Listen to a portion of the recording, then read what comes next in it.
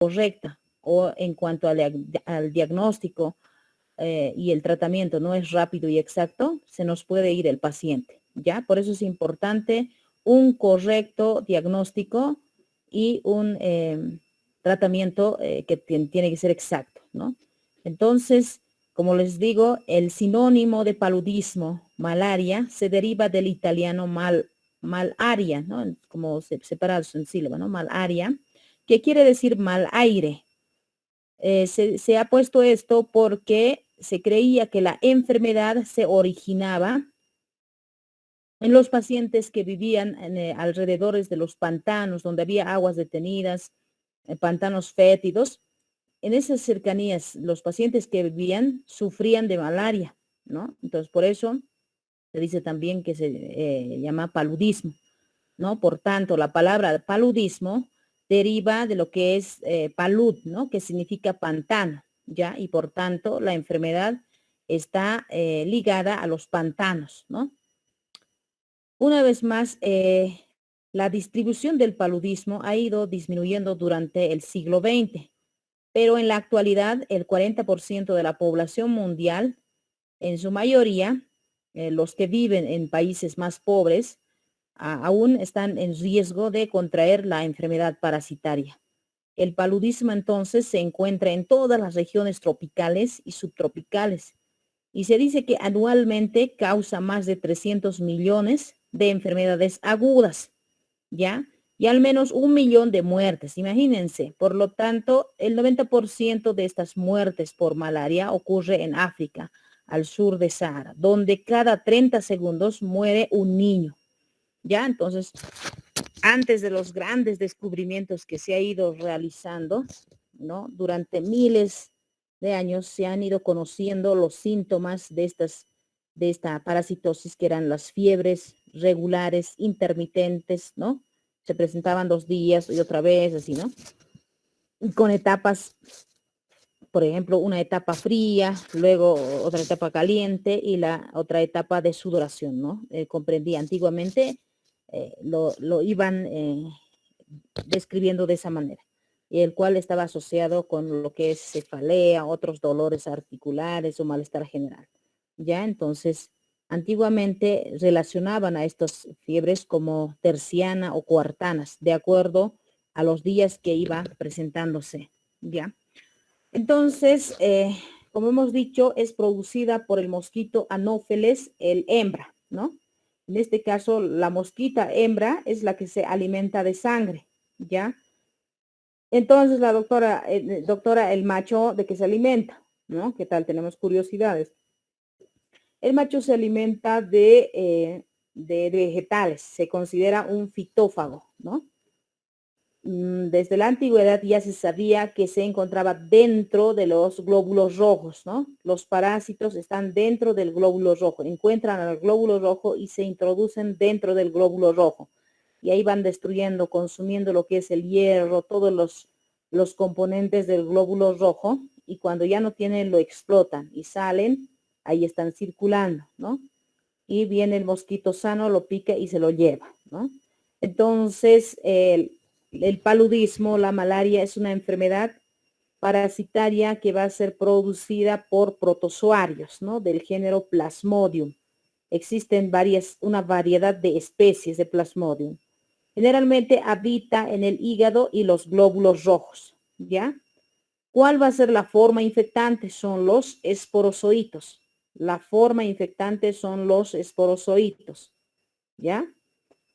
Va a ser transmitida, mencionábamos, por la picadura de un mosquito, en este caso del género Anopheles.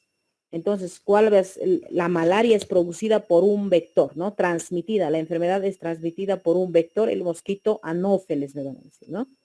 ¿Qué mosquito es? Les va a decir, ¿no? Vamos a encontrar, hemos dicho, generalmente en lugares tropicales y subtropicales. Entonces, es muy importante para poder prevenir, utilizar los mosquiteros, ¿ya? Para defendernos de los mosquitos. Si erradicamos de mosquito, que se considera un vector biológico, vamos a estar libre de malaria, ¿ya? Entonces hay que hablar de la epidemiología. Se dice que una quinta parte de la población mundial está en riesgo de adquirir, ¿no? Ya que les he dicho, en África van muriendo cada 30 segundos un niño. Se atribuye también que ha ido incrementando esta parasitosis por el cambio climático, es decir, donde no se veía ya está. Por ejemplo, se ha visto que en río abajo, ya que es calor, ya han ido viendo al mosquito anófeles. También es importante la degradación del medio ambiente, es decir, algunas veces los chaqueos, ¿no? Para poder sembrar arroces, ciertos alimentos, empiezan a lo que es el chaqueo, van destruyendo las malezas, todos los árboles, vamos invadiendo, ¿no? Vamos invadiendo nosotros su hábitat de los mosquitos anófeles, ¿no? Entonces, con las urbanizaciones nuevas, antes existen siempre estos mosquitos, pero nosotros entramos donde ellos y ellos nos van a ir alimentándose de la sangre, ya solo las hembras. Entonces, la degradación del medio ambiente también hay que tomar un dato importante. Y como les dije, se debe hacer el diagnóstico y tratamiento debe ser exacto, ¿no? Y correcto. Entonces, en algunas se dice que hay deficiencias de atención en la salud. ¿Por qué? Porque a veces no tienen personal capacitado. Tú puedes pensar que tiene parasitosis porque está con las fiebres, ya sea cada 48 horas, vuelve, ¿no? Toda la sintomatología y después desaparece, otra vez cada cuarto día aparece las manifestaciones clínicas y entonces va al centro y no tiene personal capacitado para que lo hagan el diagnóstico, ¿no? Laboratorial por microscopía, en este caso la gota gruesa y el frotis de sangre periférica. Por eso tiene que haber instrumentos, en este caso un microscopio y un personal capacitado, ¿no? Por eso hay personales, hay programas de malaria, ¿no? Programas de vectores, ¿no? Programas de enfermedades transmisibles por vectores, así, ¿no? Son programas. Entonces, una vez que ustedes diagnostican malaria y con laboratorio y todo, tienen que notificar a sus sedes, ¿no? Al Departamento de Salud, ¿no? Entonces, en ese caso, ¿por qué vamos a notificar? Porque si, digamos, el mosquito va a ir andando, entonces a otros va a ir contagiando y toda la comunidad va a sufrir de malaria. Por eso se debe notificar, ¿no? Obligatoriamente se debe notificar. Por eso es importante cuando hablamos de deficiencia de atención en salud, no puede haber personal preparado de laboratorio, ¿no? Para poder observar, porque a medida que observas varias placas, puedes reconocer con mayor facilidad, pero cuando es uno principiante o no sabe manejar bien el microscopio, no va a poder ver, ¿no? Por eso tiene que ver el microscopio, el material y personal capacitado. Debemos tomar también en cuenta los movimientos migratorios. ¿Qué quiero decir? Por ejemplo, puede aparecer en Sucre, en Oruro o acá en La Paz, ¿no? Propiamente estas parasitosis, pero nosotros no vamos a imaginarnos que el mosquito va a estar acá, ¿no? Entonces, porque el paciente tal vez en vacaciones se ha ido unas 2 semanas a Coroy, ¿no? O se ha ido a los Yungas, a Subyungas o Noriungas se ha ido, ¿no? O se puede ir al Chapare, entonces ahí le ha picado el mosquito y pues para eso nos sirve el tiempo de incubación. ¿Hace cuánto tiempo se ha viajado, ¿no? Para ver la manifestación clínica, desde que se ha expuesto el mosquito, cuánto tiempo ha pasado, ¿no? Entonces eso nos significa el tiempo de incubación para que pueda manifestarse la clínica, ¿ya? Entonces, o puede ser en pacientes que van, los que son del ejército, ¿no? De la armada, salen a otros países, entonces de esos lugares también pueden traer las parasitosis, ¿no? O sea, se hacen picar y traen, ¿no? Entonces nosotros tenemos que preguntar siempre, eh, por eso les decía, para diagnosticar en parasitología utilizamos más la epidemiología, la clínica y buscamos recién la causa, ¿no? Entonces de esa manera tenemos que tomar en cuenta esos datos para poder llegar a un diagnóstico correcto. Ya no solo donde hay, donde en regiones endémicas por la picadura nomás va a aparecer. Entonces, ¿cómo ingresa esta parasitosis? Va a ingresar generalmente en áreas endémicas por la picadura del mosquito anófeles. El mosquito es el vector, es decir, es el huésped definitivo. Dentro del mosquito también se va a ocurrir lo que es la reproducción sexual. Hemos dicho, en el huésped definitivo encontramos las formas adultas y cuando también hablamos de huésped definitivo, existe la reproducción sexual. Cuando hablamos de huésped intermediario, ahí está la reproducción asexual, ¿no? Y vamos a encontrar las formas inmaduras del parásito. Espero que esté claro. Entonces, puede entrar por la picadura del mosquito en áreas endémicas, pero podemos pensar en áreas no endémicas, por ejemplo, en Washington, ¿no? Si se van a otro país, puede ser por transfusiones o trasplantes más que todo, ¿no? Se hacen trasplantes de órganos como el hígado, entonces en esos casos tienes malaria, le dices, pero ¿por qué? Si eso se produce por la picadura del mosquito. Usted tal vez ha sufrido alguna transfusión sanguínea. Ah, sí, me han transfundido, ¿no? Entonces ahí no había una buena pesquisa, ¿no? O no lo ha hecho pesquisa, porque en esos lugares que no son endémicos se olvidan de la malaria, ¿ya? También puede ingresar por vía transplacentaria o se conoce como la vía vertical, ¿no? Por transmisión vertical se dice también. Entonces, cuando hablamos, por ejemplo, de transplacentario, va a ingresar la madre, mucho depende también de la edad gestacional. Si la mamá está gestando a sus 18 semanas, hasta 22 semanas, puede provocar esta malaria algunas veces, no por sí siempre, puede provocar lo que son los abortos. Mucho depende de cada persona. ¿Qué es aborto, doctora? Aborto se dice la pérdida del bebé antes de las 22 semanas o hasta las 22 semanas y el peso es menos de 500 o hasta 500, pues no pasa. ¿Ya? ¿Por qué? Pero el bebé puede morir. Porque este parásito secreta una sustancia que se denomina hemozoína. Entonces, esa sustancia hace que se aglomeren los glóbulos rojos. Al pasarse, empiezan a juntarse, ¿no? Y forman como rosarios, se apilan y van a ocasionar una hipoperfusión placentaria, es decir, van a reducir al montonarse, al formar trombos, van a producir disminución, digamos, del ducto, ¿se dan cuenta? ¿No? Se disminuye el ducto y va a pasar menor cantidad de sangre, ¿no? Entonces, menor cantidad de oxígeno al cerebro, porque los glóbulos rojos transportan oxígeno. Por tanto, el bebé se va quedando pequeño o pueden perderlo. Y si es, por ejemplo, en este caso, si la señora sufre de malaria cuando está en la semana 36 de gestación, en ese caso puede el bebé nacer prematuro, ¿no? Antes de tiempo, ¿ya? A todo bebé que nace antes de las 37 semanas se dice prematuro, ¿no? O se dice parto pretérmino porque no falta, ¿no? A partir de 38 semanas que nacen, eso es normal. ¿Ya? Entonces, de acuerdo a la edad gestacional, puede perder el bebé o tener algunas alteraciones como retraso de crecimiento o parto prematuro por la hipoperfusión placentaria, ¿no? También puede ingresar de forma accidental estos parásitos, ¿no? En pacientes del área de salud, por ejemplo, en personal de salud, deben de tener cuidado al manipular la jeringa, porque no sabemos, aunque somos amigos, no sabemos qué enfermedades el compañero puede tener, ¿no? Entonces, siempre en el margen de lo que es, tenemos que tener mucho cuidado con lo que es la bioseguridad, ¿no?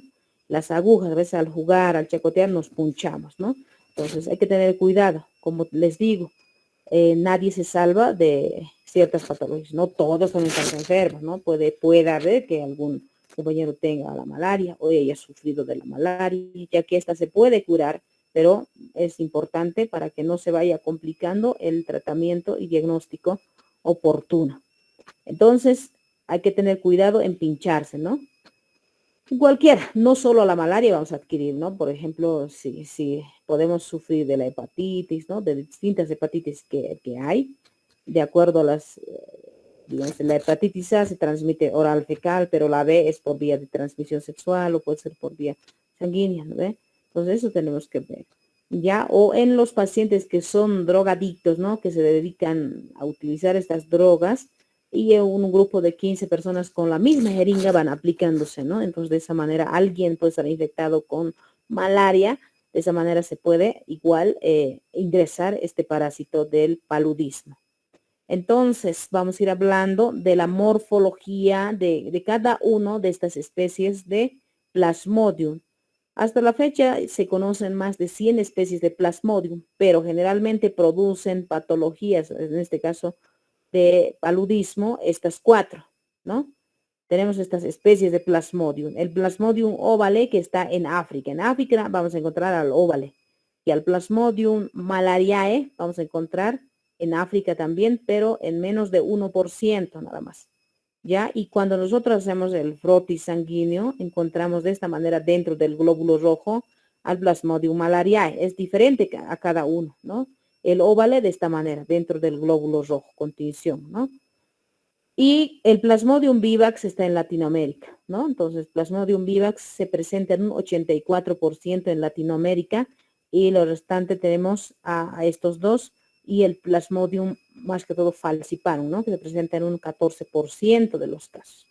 Esta falciparum está en roja, como pueden observar ustedes, es la que es mortal, ¿no? Si no tratamos rápido, no hacemos rápido el diagnóstico y por tanto no vamos a dar buen tratamiento, nuestro paciente se puede morir por complicaciones multiorgánicas. Entonces, el Plasmodium falciparum produce daño multiorgánico.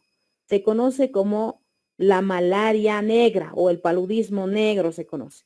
Es la terciana maligna, ¿ya? Es la que produce la fiebre maligna, chicos, ¿ya? Entonces, espero que no nos perdamos en ese sentido. ¿Por qué, doctora, se dice que produce falla multiorgánica? ¿Qué es lo que pasa?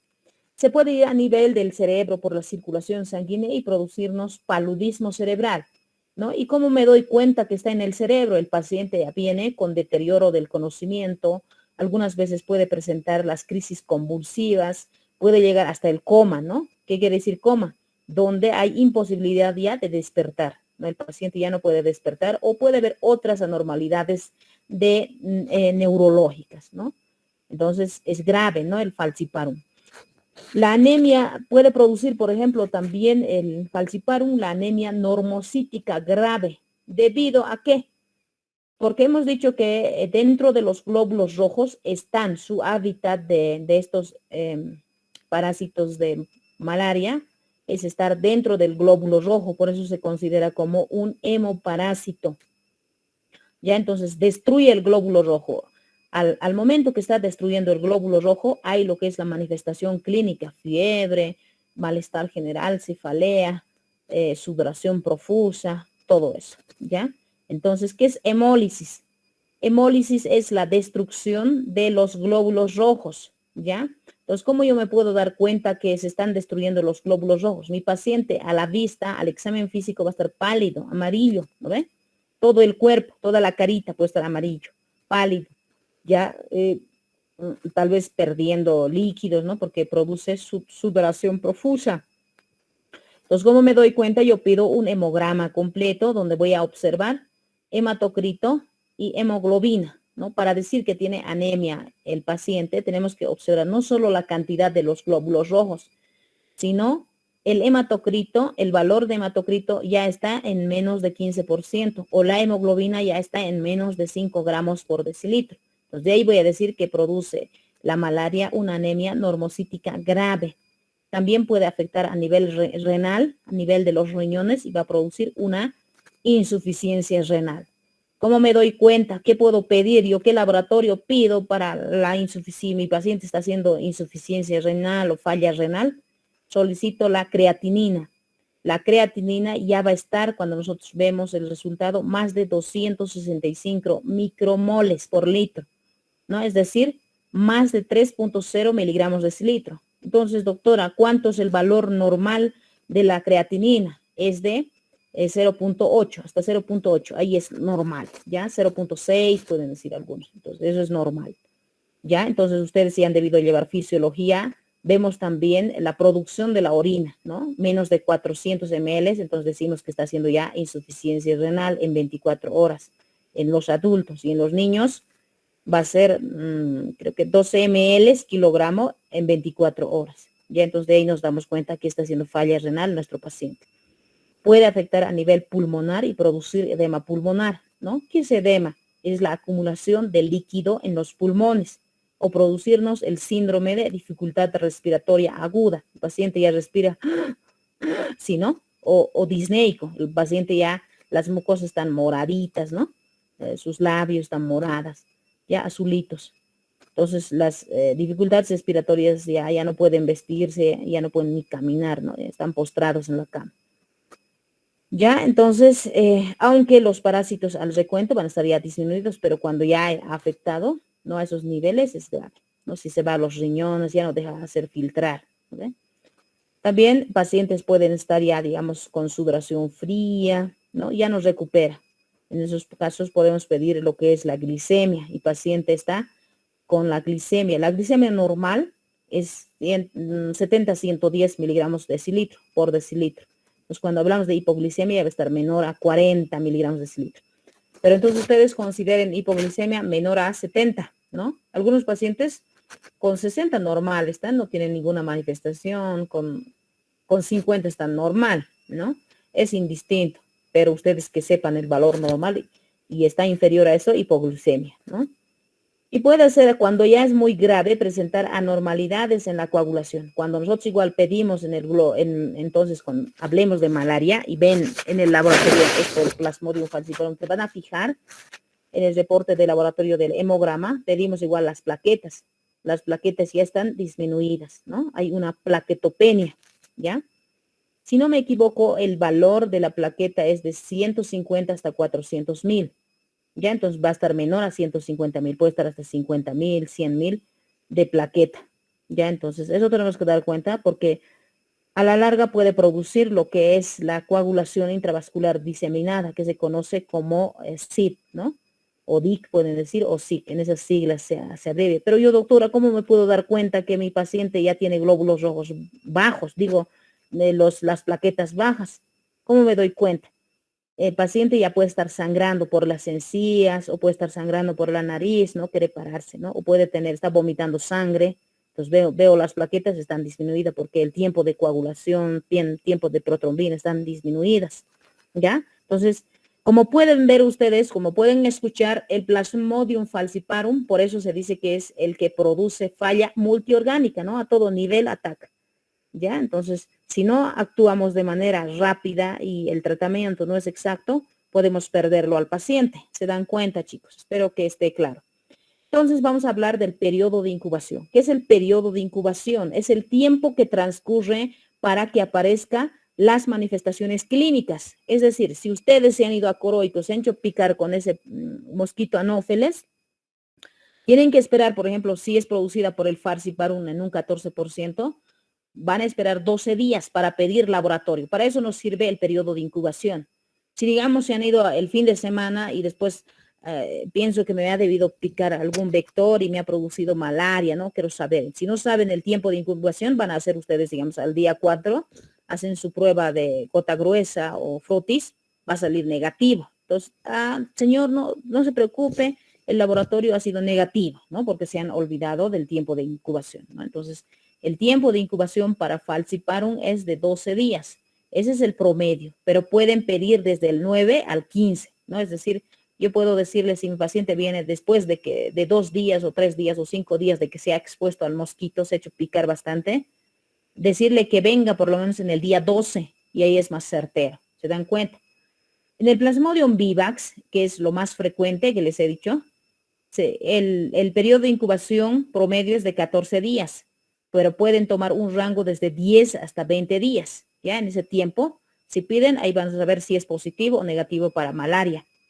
El Plasmodium vivax y el óvale, ¿no? Tienen que saber, pero el vivax es el que produce recaídas, por eso está con otro colorcito. ¿Qué quiere decir recaídas? Que hace 8 meses o 13 meses se ha expuesto se ha hecho picar, digamos, con el vector, ¿no? Y después de ese tiempo, recién puede haber la manifestación clínica, ¿se dan cuenta? Porque se queda dormido el paciente digo, el parásito, ¿no? En este caso, el Plasmodium vivax se queda dormido a nivel del hígado, a eso se denomina en forma de hipnozoito, ¿no? O en fase latente se queda, ¿ya? Tenemos al Plasmodium malariae, ¿no? Su promedio es de 30 días, ¿no? En este caso, pero se puede tomar desde 20 a 40 días. Si el paciente ha ido hace 10 días, entonces le dicen que venga por lo menos en el día 14, ¿no? En el día en este caso en malariae, de 20 a 40 días, ¿no? Ese es el tiempo de periodo de incubación. Espero que esté claro. Entonces, hemos dicho que se produce la enfermedad, el paludismo, por la picadura de un mosquito. El mosquito al picarnos nos introduce, nos inocula lo que son los esporozoitos. Esos esporozoitos van a viajar por la circulación hasta llegar al hígado. Dentro del hígado ingresan, a eso se conoce como esquizontes hepáticos, ¿ya? En el hígado están, si hablamos del falciparum, sí que van a ir pasando, ¿no? No van a ser hipnozoitos los falciparum. Se pasan, revientan el hepatocito y llegan, salen jóvenes y maduros, puede ser, y encuentran a un glóbulo rojo. En un glóbulo rojo se entran dentro del glóbulo rojo, a eso se llama esquizonte eritrocitario. Y dentro del glóbulo rojo están y se vuelven en merozoitos y después revientan y salen como gametocitos, están en la circulación sanguínea, ¿ya? Están como gametocitos y viene un mosquito que no está con enfermedad de malaria, lo succiona, lo aspira a los gametocitos, entonces los gametocitos por su probóscide se entran dentro del mosquito. Hemos dicho que donde va a ocurrir la reproducción sexual en el mosquito. El gametocito mide de 9 a 10 micras, ¿ya? Cuando hablamos del Plasmodium vivax o ovale, ¿no? El malaria y el falciparum directo se pasan, pero el vivax y el ovale entran igual por la picadura del mosquito, ¿no? Nos introduce, ya está dentro de sus glándulas salivales, ingresa, llega a lo que es el hígado y en el hepatocito se vuelve dentro del hepatocito en esquizonte hepático. Entonces, ¿qué hace? El vivax o el óvale empieza a quedarse dormido en forma de hipnozoitos o criptozoitos en el hepatocito. Ahí va a estar, ya durmiendo. El vivax puede estar hasta 8 o 13 meses. Por eso es importante preguntar, entonces hace 13 meses, hace un año, ¿dónde has viajado por última vez? Nos va a decir, no me he ido al Chapare, ¿ya? Y había una parrillada y me descuidé por completo. Y me había dormido al día siguiente despierto y tenía unas picaduras, pero después no me ha molestado nada, ¿no? Pero mi otro amigo se ha enfermado, le ha dado fiebre, ¿no? Y ha ido al hospital y no sé nada. Pero a él recién le está dando después de un año, ¿se dan cuenta? Eso es cuando hablamos de la especie del vivax. Entonces vuelve hipnozoito y luego de repente despierta, ¿no? Y sale. Igual agarra al glóbulo rojo, se entra dentro del glóbulo rojo, y a eso se llama esquizonte eritrocitario. Después se vuelve en merozoito y sale a la circulación, ¿no? Los gametocitos, y ahí están circulando. A medida que van explotando a lo que es reventando al glóbulo rojo, ahí se manifiesta toda la clínica, ¿ya? Entonces, se va empezando a agrandar lo que es el hígado, puede ser a medida que pasa el tiempo, el vaso, ¿no? Donde el vaso es el cementerio de los glóbulos rojos. Normalmente los glóbulos rojos se renovan cada 120 días. Solo 120 días están en nuestro cuerpo y se van a morir en el vaso, ¿ya?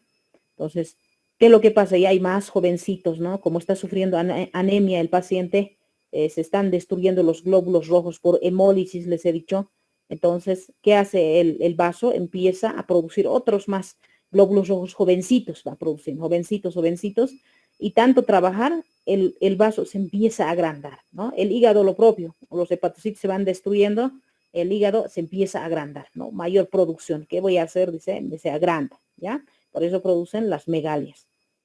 Entonces hemos dicho, los esporozoitos miden de 0.5 micras y es la forma infectante. Espero que esté claro, es la forma infectante. Es por donde va a ingresar por la picadura del mosquito anófeles. Y el merozoito es la forma intracelular, ¿no? Que está dentro del glóbulo rojo o dentro del hepatocito. Ese es el merozoito. Mide de 1 a 3 micras y es donde hemos dicho que el huésped intermediario en la malaria es el hombre, el ser humano, y en el ser humano va a ver lo que es la reproducción asexual, ¿no? Entonces, doctora, cuando hablamos de formas inmaduras, también sería para la malaria el huésped intermediario, el hombre, sí, ¿ve? El huésped intermediario. Y el huésped definitivo va a ser el mosquito, porque dentro del mosquito ocurre todo y ahí está la forma adulta de este parásito, y donde se va también cuando hay la reproducción sexual en el definitivo, eso es igual, ¿no? Igual se dice definitivo, va a ocurrir eso. Y cuando nosotros diagnosticamos, doctora, ¿qué encontramos? Los trofozoitos, ¿ya? Los trofozoitos jóvenes que les decía, ¿no? Que van a estar circulando.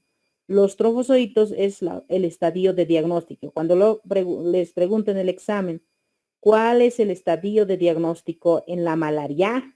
Ustedes me van a poner trofozoito, ¿no? ¿Cuál es la forma infectante de la malaria? El esporozoito, van a decir, ¿no? Va a ser por la picadura del mosquito, y la forma infectante es el esporozoito, ¿ya? Listo. Espero que esté claro, chicos. Entonces, acá es el ciclo biológico en el ser humano, ¿ya? Entonces, hemos dicho, el huésped intermediario va a ser el ser humano. Ahí vamos a encontrar las formas inmaduras, ¿no? El estadio de diagnóstico son los esporozoitos jóvenes o maduros, les he dicho, ¿no? Entonces va a ingresar este mosquito al ser humano, no funciona este videíto, por la picadura del mosquito, ¿ya? Por la picadura del mosquito. El mosquito al rato de picar secreta una sustancia anticoagulante, por eso a veces no nos damos cuenta que nos está picando, ¿ya? Una sustancia anticoagulante, y por eso fácilmente puede llenarse, como han visto en la primera diapositiva, o la segunda, donde el mosquito se hincha todo de rojito, ¿no? Es como transparente su estómago, ¿ya? Y después se hincha, ¿ya? Por eso no puede coagularse, porque el tiempo de coagulación es inmediato, pero en este caso va sacando, ¿no? Secreta una sustancia anticoagulante y luego nos introduce al esporozoito. Cuando los esporozoitos llegan a la circulación sanguínea, ¿no? Al torrente sanguíneo, llega hasta el hígado. Por el torrente sanguíneo llega hasta el hígado, ¿ya? En el interior del hígado se va a transformar en merozoitos hepáticos, ¿ya? En merozoitos hepáticos. Después ya están listos y se rompen. Esos hepatocitos se rompen, ¿no? Se rompen y van a salir al torrente circulatorio, ¿no? Y van a invadir esos merozoitos al eritrocito. Llegan, agarran un eritrocito y se entran dentro del eritrocito. Y cuando están ya dentro del eritrocito se convierten otra vez, esos merozoitos o esos esporozoitos se convierten en trofozoitos. Trofozoitos ya van a ser eritrocitarios, ¿ve? Eran antes trofozoitos hepáticos, luego eritrocitarios, ¿ya? Se vuelven en trofozoitos eritrocitarios. Así están circulando, ¿no? Reventando la sangre, consumiendo el hierro, ¿no? Por eso el paciente ya es pálido, ¿ya? Entonces se destruyen los glóbulos rojos por hemólisis. Luego, ahí está, y viene un mosquito sano, ¿no? Nos pica, aquí está el paciente enfermo, pica, y se lo aspira a los gametocitos, ¿ya? Se lo aspira el mosquito. Entonces, ahora vamos a hablar del ciclo biológico del mosquito. ¿Qué es lo que pasa? Una vez que nos ha picado, este paciente, digamos, estaba enfermo, ¿no? Hemos dicho, tiene paludismo, y pica el mosquito y lo aspira el gametocito, hasta ahí estábamos.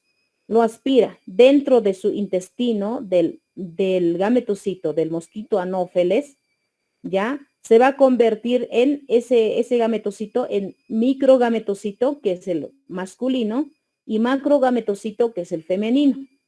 Ambos se fecundan y se transforman en cigoto. Lo que les decía, ¿no? Para entender, cuando hay fecundación, por ejemplo, el óvulo y el espermatozoide se vuelven en cigoto. Lo mismo pasa. Lo mismo pasa. Por eso hemos dicho, en el mosquito ocurre la reproducción sexual, ¿no? Por eso también se considera al mosquito un huésped definitivo. ¿Está claro? Entonces, se transforma en cigoto, ¿no? La unión de los gametos femeninos y masculinos. Entonces, estos gametos, este cigoto, ya va a ir a lo que es las vellosidades intestinales del parásito y se va a formar en oocineto, o pueden decir ooquineto. Dentro de este ooquineto, en el interior del ooquineto, están los esporozoitos. Esos esporozoitos van a ser liberados hacia la glándula salival, donde está su probóscide, ¿no ve? Ese pico que tiene, por donde aspira. Se va hacia la glándula salival, los esporozoitos, y ve a un paciente que esté andando por ahí y lo va a succionar otra vez, ¿no? Le va a picar porque se alimenta de sangre de este anófeles. Introduce su piquito, tiene sustancias anticoagulantes, lo succiona. Al succionar, lo inocula otra vez al esporozoito. Entonces, ese es el ciclo. Por eso también a la malaria se considera también una antropozoonosis. ¿Por qué se dice antropozoonosis? Porque este mosquito puede picar a un marsupial, a cualquier vertebrado de sangre caliente, lo pica y de esa manera lo va a transmitir la enfermedad a ese animal mamífero. Y ese animal va a ser el hospedero nomás, o sea, va a ser ¿qué se dice? Un reservorio, ¿no? Ese animal no va a sufrir de malaria, ¿no? No va a sufrir, ¿ya? Pero si viene otro mosquito, lo pica, un mosquito sano viene, otro anófeles, él sí se va a infectar de ese reservorio, ¿no? Por eso se considera entonces, se ha infectado de ese animal y va a ir, digamos, como nosotros estamos invadiendo, ¿no ves? Su hábitat de estos mosquitos por las urbanizaciones que les decía. Entonces, ese mosquito, una vez que ha picado al reservorio, se infecta y va a ir donde se ha construido una casita, ¿no? Que no tiene ventanas, de palitos y todo así, de madera. Entonces, ahí va y va a picar a un ser humano que no tiene malaria, lo pica y lo introduce, ¿no? A los esporozoitos. Entonces, por eso también se considera a la malaria como antropozoonosis. Espero que esté claro, chicos. Si han leído, lo han entendido mejor, ¿no? Entonces, ya sabemos, ¿no? Cómo ingresa a nuestro organismo, cómo produce. Entonces, las manifestaciones clínicas son las siguientes. Los pacientes, el motivo de consulta de los pacientes para que les venga a visitar a su centro, al consultorio, donde trabajen, es porque van a presentar cefalea, ¿no? Dolor de cabeza, dolor de hueso, que les va a decir, me duele los huesos, todo el hueso, como si me hubiesen dado una paliza. He vomitado, ¿no? Puede vomitar alimentos, siente que le hace frío, ¿no? Tiene temblor, está temblando, como cuando jugamos en carnavales, y unos 2, 3, 4 horas, y después de eso nos hace frío y empezamos a temblar, ¿no? Lo mismo bien, ¿ya? La piel está seca, hacemos control del pulso y está acelerado, ¿no? Tenemos lo que es, en esta etapa, por ejemplo, no podemos diagnosticar fácilmente cuando son los pacientes han migrado, digamos, a otros lugares, no están en áreas endémicas. Podemos pensar por ejemplo, con estos diagnósticos, el síndrome tóxico infeccioso o síndrome febril puede ser, o solo una gripe, ¿no? Entonces, es muy importante, chicos, diagnosticar. Al principio a veces no podemos diagnosticar esto, ¿no? Porque podemos confundir con otras enfermedades. Hay que hacer diagnósticos diferenciales, ¿no? Por eso es importante lo que les decía, el tiempo de incubación. En la etapa pirética, nosotros le medimos al paciente con el termómetro y puede llegar la temperatura hasta 40, 41 grados centígrados.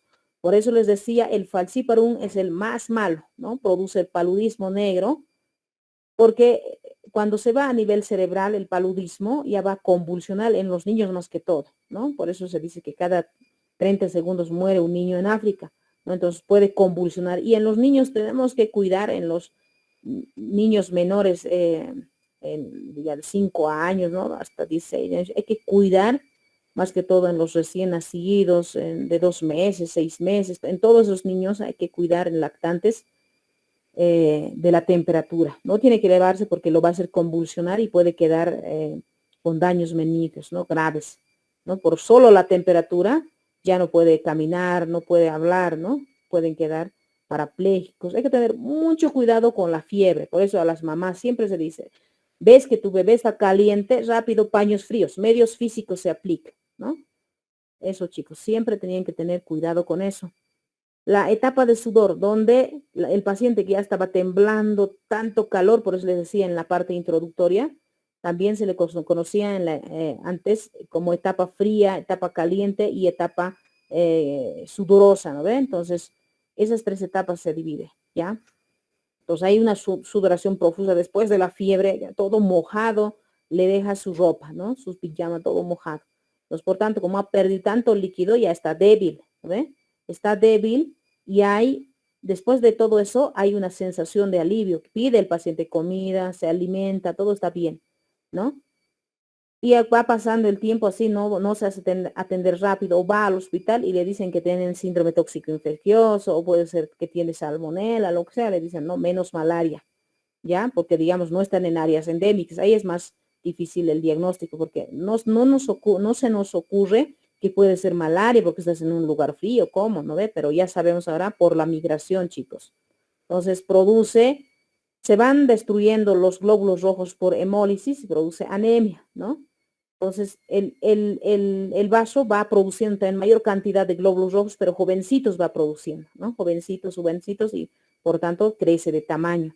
Y el hígado lo propio va haciendo y va creciendo de tamaño. Entonces, nosotros a la palpación podemos encontrar el hígado agrandado, más del borde costal, va a estar a 2 traveses de dedo, ¿ya? Y se ve, ustedes pueden palpar el hígado. Normalmente, si son delgaditos, se palpan y no hay nada de hígado, ¿no?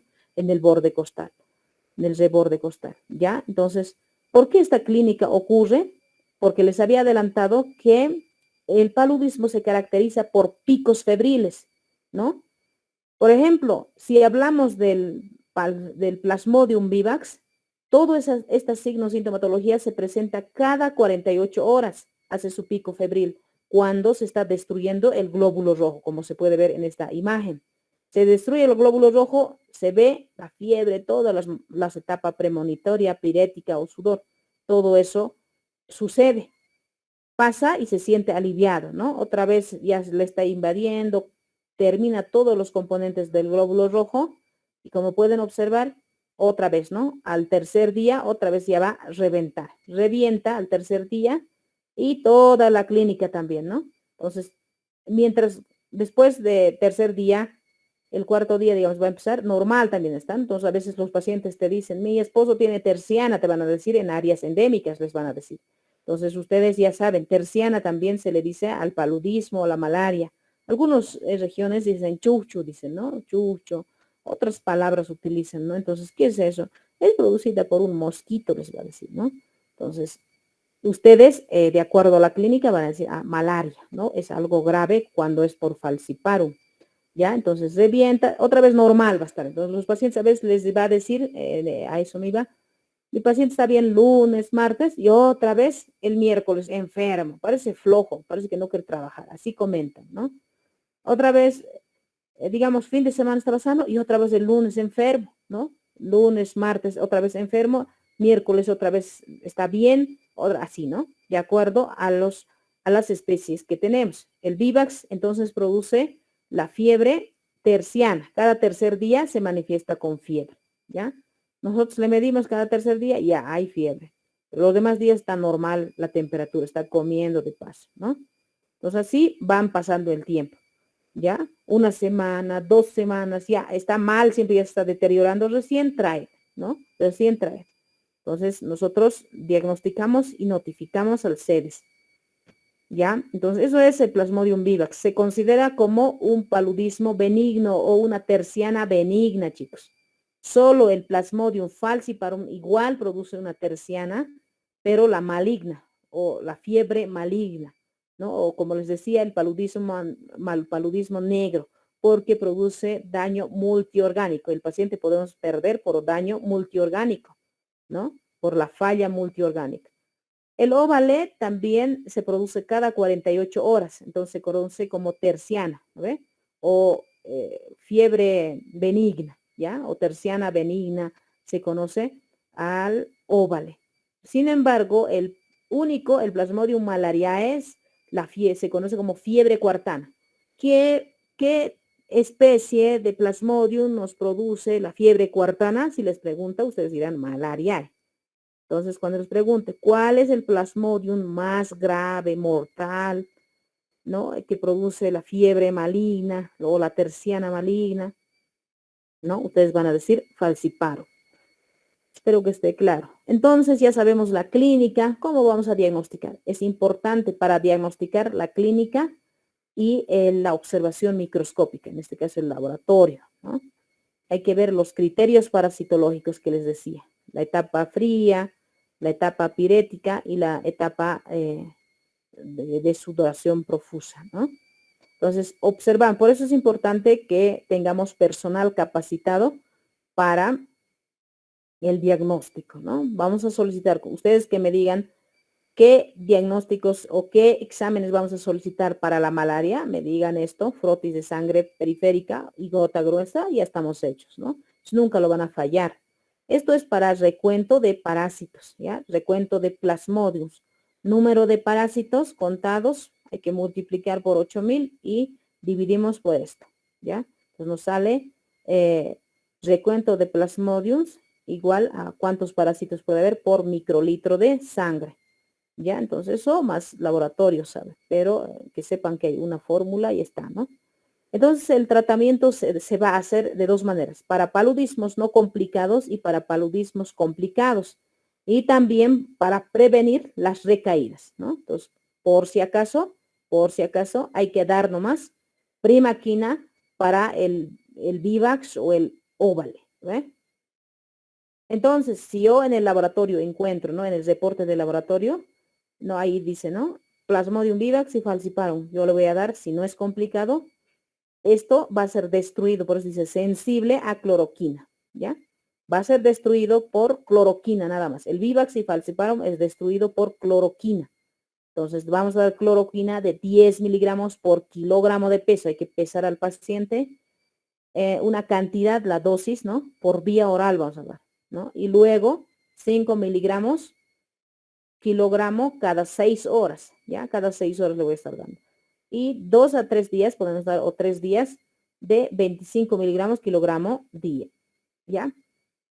Entonces, también podemos asociar prevención de recaídas. Cuando es grave, por ejemplo, recaídas no puede producirnos. Entonces, si nos está dando Vivax y falciparum, hay que dar nomás esto más, ¿no? Porque hemos dicho, el Vivax puede quedar en hipnozoito. Damos primaquina. Para los hipnozoitos, la primaquina, ¿ya? Para los esporozoitos terminamos con la cloroquina. Esta es una planta. En áreas tropicales existe esta quinaquina, le dicen, una planta que ellos directamente en esas regiones endémicas saben los pacientes que el tratamiento se hace con la quina, ¿no? Entonces toman, pero hay que explicarles de que la dosis no es adecuada, no saben todavía la dosis adecuada de esas plantas, si será 1 onza, 2 onzas, ¿no? Entonces, y a la larga produce daño a nivel de lo que es la visión, ¿no? Produce ceguera o puede producir sordera. Se ha visto más lo que son las cegueras por causa de consumir cloroquina, porque a veces se toman 2 semanas y toman bien oscuros, ¿no?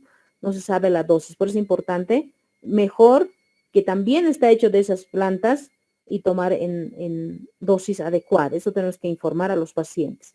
¿Ya? Entonces decíamos, para la prevención de recaídas le damos nomás primaquina, ¿no? De 15 miligramos por vía oral, durante 14 días le vamos a dar, ¿no? Por si acaso, porque si no, después de 10 años nos va a molestar. Pero en ese centro me han dado para paludismo, ¿no? Y no me han barrido para las recaídas más, ¿ya?